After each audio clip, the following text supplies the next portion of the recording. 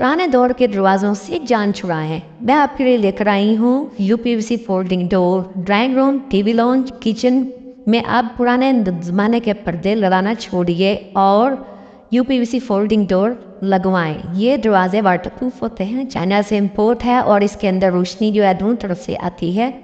ये दरवाजे easy to use है, डबल डोर सिंगल डोर बन जाता है। इनकी जो लंबाई है ज़्यादा 8 फुट है और इसकी जो चौड़ाई है आप अपनी मर्ज़ी से भी तैयार करवा सकते हैं। इसमें मुख्तलिफ कलर्स आपको मिल जाएंगे और अगर आपकी हाइट 8 फुट से ज़्यादा है तो उसके लिए ऊपर लकड़ी का फ्रेम लगा कर रोशनदान बना दिया जाता है। उसके नीचे 8 फुट का डोर हैंग हो जाएगा।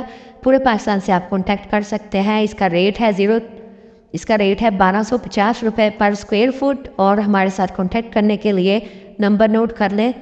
व्हाट्सअप नंबर 0341888888 और ऑफिस डिस्प्ले सेंटर विजिट करने के लिए डैश नोट कर लें, Shadbagh interchange, ring road, Lahore.